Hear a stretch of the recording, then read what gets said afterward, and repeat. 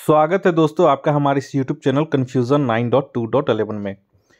जैसा कि दोस्तों ये टेस्ट जो पीडीएफ था क्वेश्चन वो मैं अपने टेलीग्राम चैनल कन्फ्यूज़न 9.2.11 पे सेंड कर दिया था और उम्मीद है कि आप लोगों ने ये टेस्ट बना लिया होगा। अब समय आ गया है कि इसका आप लोग आंसर मिला लें, ठीक है।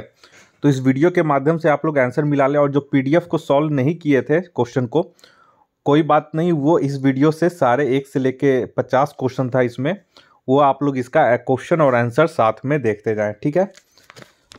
और जो बना लिए हैं वो तो मिला लें, और जो अभी पहली बार देख रहे हैं ये केवल वीडियो देख रहे हैं, पीडीएफ वो हमारे टेलीग्राम चैनल से ज्वाइन नहीं किए होंगे तो उन्हें पीडीएफ नहीं मिला होगा, तो वो इस वीडियो के माध्यम से भी देख करके आप सीख सकते हैं और याद कर सकते हैं। इंपॉर्टेंट क्वेश्चन का कलेक्शन था, ठीक है।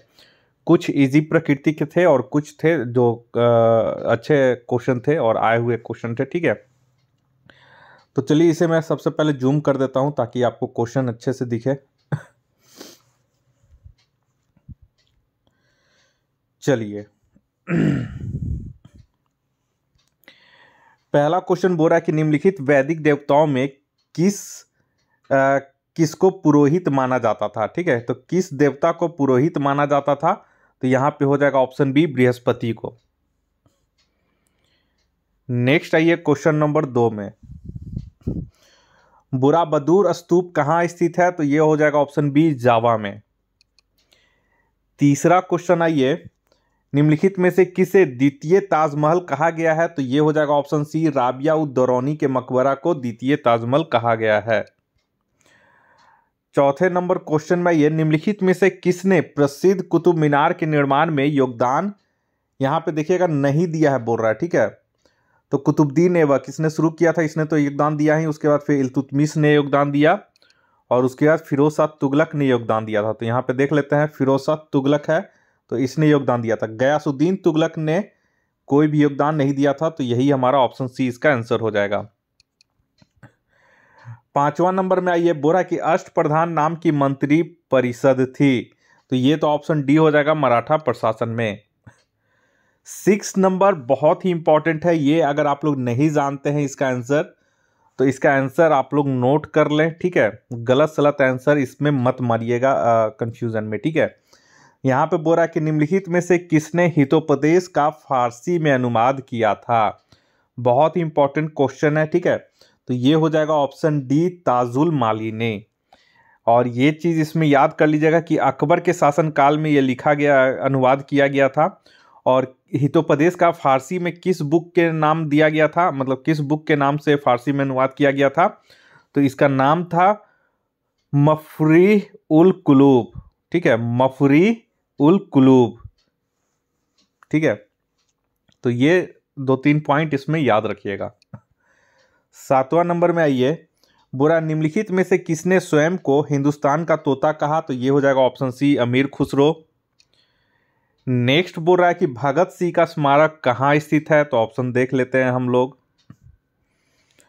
तो ऑप्शन में हो जाएगा यहाँ पे ऑप्शन ए, फिरोजपुर। उसके बाद बोल रहा है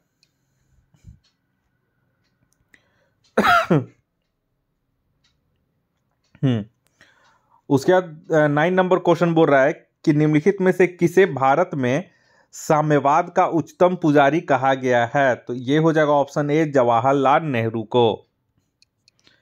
नेक्स्ट आइए 10 नंबर क्वेश्चन में, 10वां नंबर क्वेश्चन बोल रहा है कि निम्न में से कौन एक मंदाकिनी नदी के किनारे अवस्थित नहीं है, तो ये हो जाएगा ऑप्शन सी, गोविंद घाट अवस्थित नहीं है। नेक्स्ट है ये 11 नंबर में, राजस्थान का लगभग एकाधिकार है, तो ये जस्ता जिंक में हो जाएगा, ऑप्शन सी। नेक्स्ट है ये 12 नंबर में, बोल रहा है कि भारत में दालों का सबसे बड़ा उत्पादक राज्य है, तो ये हो जाएगा option D, Madhya Pradesh. 13 number में ये बोल रहा है कि राष्ट्रीय कृषि विपणन संस्थान स्थित है, तो देखिए विपणन संस्थान पूछेगा तो ऑप्शन बी हो जाएगा, जयपुर में। 14 नंबर में ये, निम्नलिखित में से किसे स्वर्ण द्वार का नगर कहा जाता है, तो यहां पे हो जाएगा ऑप्शन डी, सैन फ्रांसिस्को को। 15 नंबर में ये, निम्नलिखित में से किसे विश्व का चीनी का कटोरा कहा जाता है, तो ये हो जाएगा ऑप्शन बी, क्यूबा को। 16 नंबर में ये, हरियाली योजना किससे संबंधित है, तो ये हो जाएगा ऑप्शन डी, जल प्रबंधन से। 17 नंबर में ये बोल रहा है निम्नलिखित में से किसमें नेचुरल हिस्ट्री का राष्ट्रीय संग्रहालय नहीं है। तो किस ये कहाँ पे नेचुरल हिस्ट्री का राष्ट्रीय संग्रहालय नहीं है। तो यहाँ पे याद रखिएगा इसका हो जाएगा 17 का आपका ऑप्शन बी हो जाएगा। हैदराबाद में नेचुरल हिस्ट्री का संग्रहालय नहीं है, बाकी सभी में यहाँ पे तीनों में है। 18 नंबर में ये बोल रहा है कि राष्ट्रीय पादप अनुवांशिकी संसाधन ब्यूरो स्थित है। तो कहाँ पे है ये। तो ये हो जाएगा ऑप्शन सी नई दिल्ली में। नेक्स्ट आइए 19 नंबर राष्ट्रीय डेयरी शोध संस्थान कहाँ स्थित है। तो ये हो जाएगा ऑप्शन डी करनाल हरियाणा में।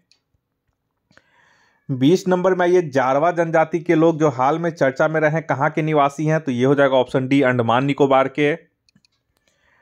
21 नंबर में ये गंगा नदी बिहार में किस जिले से प्रवेश करती है। तो ये हो जाएगा ऑप्शन सी बक्सर। 22 नंबर में ये बिहार में बाईं ओर यानी कि उत्तर ओर से गंगा की प्रमुख सहायक नदियां हैं। तो ये हो जाएगा ऑप्शन ए घाघरा, गंडक, बागमती, कोसी और महानंदा नदी। 23 नंबर में ये किस नदी को पहाड़ी क्षेत्रों में कर्णाली नदी कहते हैं। तो ये हो जाएगा ऑप्शन बी सरयू नदी को। ठीक है, सरयू नदी को पहाड़ी क्षेत्रों में कर्णाली नदी भी कहते हैं। 24 में ये बोला किस नदी का प्रवाह उत्तरी बिहार में सबसे तीव्र है। उत्तरी बिहार में सबसे तीव्र है। तो ये हो जाएगा ऑप्शन सी बूढ़ी गंडक की प्रवाह जो है उत्तरी बिहार में सबसे तेज है। 25 में ये निम्न में से किस नदी को सप्त कौशिकी भी कहते हैं। तो ये हो जाएगा ऑप्शन डी कोसी। देखिए कोसी, तो यहां से कोसी इसका आंसर हो जाएगा, मतलब पता चल जाएगा आपको। 26 नंबर में ये सर्वाधिक मखाना उत्पादन करने वाला राज्य। तो ये याद रखिएगा ऑप्शन बी बिहार, दरभंगा क्षेत्र ज्यादा करता है। 27 नंबर में ये राजेंद्र कृषि विश्वविद्यालय RAU कहाँ स्थित है। तो ये हो जाएगा ऑप्शन ए समस्तीपुर में। किसान क्रेडिट कार्ड की शुरुआत किस वर्ष हुई। तो ये याद रखिए ऑप्शन बी हो जाएगा 1999 ईस्वी में। नेक्स्ट आइए 29 नंबर किस वर्ष बिहार को अंधेरा मुक्त राज्य घोषित किया गया। यानी कि इस समय सब बिहार में बिजली की पहुंच हो चुकी थी सभी जगह। तो यहाँ पे डी 2018 में बिहार को अंधेरा मुक्त राज्य घोषित किया गया। नेक्स्ट है ये 30 नंबर में बिहार बिजली उत्पादन क्षमता में सर्वाधिक योगदान है। तो किसका योगदान है बिहार में बिजली उत्पादन की में। तो कोयला आधारित ताप विद्युत केंद्रों का सर्वाधिक योगदान है बिहार में बिजली के लिए। 31 में ये वर्तमान बिहार में स्वतंत्रता के बाद पहला जल विद्युत केंद्र कौन सा था। तो ये याद रखिएगा, ये सब अब यहाँ से थोड़ा सा इंपॉर्टेंट है। ठीक है, तो यहाँ पे हो जाएगा ऑप्शन ए कोसी विद्युत केंद्र। उसके बाद आइए यहाँ पे 32 नंबर, ये भी बहुत इंपॉर्टेंट है। नबीनगर संयंत्र परियोजना कहाँ स्थित है। तो नबीनगर रहेगा, तो ये हो जाएगा आपका ऑप्शन सी औरंगाबाद जिला। 33 नंबर में आइए बेलसार जल विद्युत परियोजना कहाँ स्थित है। यह भी बहुत इंपॉर्टेंट है। तो ये हो जाएगा ऑप्शन सी अरवल में। और 34 नंबर आइए कटैया जल विद्युत गृह किसका उपनाम है। तो 34 का यहाँ पे हो जाएगा ऑप्शन ए कोसी जल विद्युत केंद्र का कटैया जल विद्युत गृह नाम है। 35 में ये वैशाली में स्थित निम्न पर्यटन स्थलों में से कौन सा एक नहीं है। तो कौन सा एक नहीं है। तो नाथनगर जो है वो वैशाली में पर्यटन स्थल नहीं है। नेक्स्ट आइए 36 नंबर में। 36 में बोला कि हिंदुओं का पवित्र तीर्थ स्थल विष्णुपद मंदिर कहाँ स्थित है। तो ये हो जाएगा ऑप्शन ए गया में, गया के बोध गया में। 37 नंबर में आइए गया शहर किस नदी के किनारे स्थित है। तो ये हो जाएगा ऑप्शन बी फल्गु नदी के किनारे। महाबोधि मंदिर कहाँ स्थित है। तो ये हो जाएगा ऑप्शन बी बोध गया में, जो कि गया जिला में है। 39 नंबर है निम्नलिखित में से किसके शासनकाल में भारत पर सिकंदर का आक्रमण हुआ था। तो ये हो जाएगा ऑप्शन सी घनानंद के काल में। 40 नंबर आइए मौर्य सम्राट बिंदुसार किस संप्रदाय का अनुयायी था। यहाँ पे बिंदुसार पूछा जा रहा है, ना कि बिंबिसार। ठीक है, तो बिंबिसार पूछेगा तो हर्यक वंश का था, और यहाँ पे मौर्य सम्राट है तो बिंदुसार पूछ रहा है। तो यहाँ पे डी हो जाएगा आजीवक संप्रदाय का ये अनुयायी था। 41 नंबर में आइए। 41 में बोल रहा है कि बिहार में कितने क्षेत्रफल ईख की खेती होती है। ठीक है, तो 41 का यहाँ पे नोट कर लीजिए, ऑप्शन बी हो जाएगा। लगभग 3 लाख हेक्टेयर के क्षेत्र में बिहार में ईख की खेती की जाती है। 42 नंबर में ये बिहार में कृषि का स्वरूप क्या है। तो कृषि का स्वरूप याद रखिएगा, ऑप्शन बी हो जाएगा, जीवनदायी स्वरूप है। 43 नंबर बोल रहा है आलू का सर्वाधिक उत्पादन होता है। तो ये हो जाएगा ऑप्शन बी, नालंदा और पटना जिले में सर्वाधिक उत्पादन आलू का होता है। 44 नंबर में आइए। 44 में बोल रहा है बिहार में मड़ुआ का सर्वाधिक उत्पादन किस जिले में होता है। तो हम लोग मड़ुआ का लड्डू वगैरह खाए हुए हैं, ठीक है, तो यहाँ पे ऑप्शन ए हो जाएगा, दरभंगा। 45 नंबर में आइए। बोरा गांधी जी के चंपारण आंदोलन के समक्ष झुकते हुए किसानों की समस्या के अध्ययन के लिए ब्रिटिश सरकार ने चंपारण एग्रेरियन कमेटी किसकी अध्यक्षता में नियुक्त की थी। तो इसका सही आंसर हो जाएगा ऑप्शन डी, FC सलाई की अध्यक्षता में चंपारण एग्रेरियन कमेटी की घोषणा अध्यक्षता की थी। ठीक है, तो ये क्वेश्चन आ चुका है। तो FC सलाई याद रखिएगा कि चंपारण एग्रेरियन कमेटी के अध्यक्ष कौन थे, तो FC सलाई। चलिए नेक्स्ट आइए 46 नंबर में। 45 हो गया आपका, ठीक है, अब आइए 46 नंबर में। तो 46 में बोल रहा है कि 1928 में पटना साइमन कमीशन के बहिष्कार का नेतृत्व किसने किया था। तो यहाँ पे हो जाएगा ऑप्शन डी, अनुग्रह नारायण सिंह ने पटना में साइमन कमीशन का बहिष्कार का नेतृत्व किया था। नेक्स्ट आइए 47 नंबर में। 47 में बोल रहा है कि कांग्रेस समाजवादी पार्टी का 1934 में प्रथम अधिवेशन कहाँ हुआ। तो ये हो जाएगा ऑप्शन ए, पटना में। उसी तरह 48 में ये बोल रहा है कि असहयोग आंदोलन के दौरान प्रिंस ऑफ वेल्स की पटना यात्रा कब हुई थी। तो ये भी इंपॉर्टेंट क्वेश्चन है। तो असहयोग आंदोलन के दौरान, तो यानी कि 1920, 21, 22 इसी रेंज में होगा। तो यहाँ पे हम लोग देख लेते हैं कि असहयोग आंदोलन के दौरान प्रिंस ऑफ वेल्स की पटना यात्रा कब हुई थी। देखिए यहाँ पे डेट वाइज दे दिया है, ठीक है, ईयर वाइज देता तो ठीक है, कुछ मार देते, लेकिन यहाँ पे डेट वाइज दिया है। तो याद रखिएगा ऑप्शन बी हो जाएगा, 22-23 दिसंबर 1921। ठीक है, नेक्स्ट आइए 49 नंबर में। बिहार में मुगल स्थापत्य कला का सर्वश्रेष्ठ उदाहरण है, ये भी इंपॉर्टेंट है।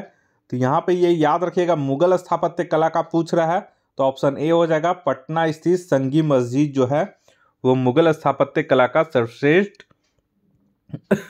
उदाहरण है। अब नेक्स्ट क्वेश्चन भी बहुत इंपॉर्टेंट है, इसमें अक्सर लोग गलत करते हैं।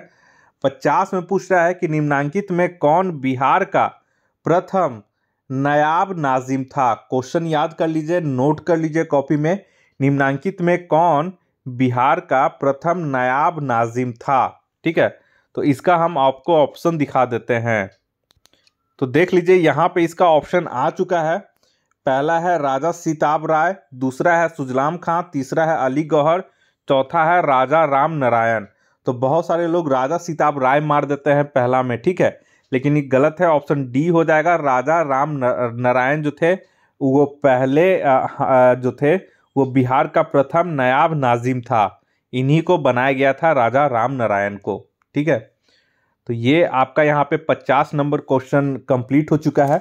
और इसी तरह धीरे धीरे करके मैं BPSC और 67 BPSC और CDPO के लिए सामान्य रूप से आप लोग का धीरे धीरे करके सिलेबस कंप्लीट करवा देंगे। और हमारे चैनल पे बहुत स्टडी मटेरियल और टेस्ट सीरीज अपलोड किया गया है CDPO और 67 BPSC के लिए, तो वो लोग आप लोग देख सकते हैं। ठीक है, एक बार वीडियो सेक्शन में जा करके पूरा चेक कर सकते हैं आप हमारे ये चैनल और लाभ उठा सकते हैं। अगर कोई पहली बार विजिट कर रहे हैं तो आप हमारी इस यूट्यूब चैनल को सब्सक्राइब कर लें और हमारा जो पब्लिक टेलीग्राम चैनल है confusion 9.2.11 के नाम से, उसे भी आप लोग सब्सक्राइब कर लें। इस वीडियो को देखने के लिए आप लोग का बहुत बहुत शुक्रिया। आपका दिन मंगलमय हो। धन्यवाद।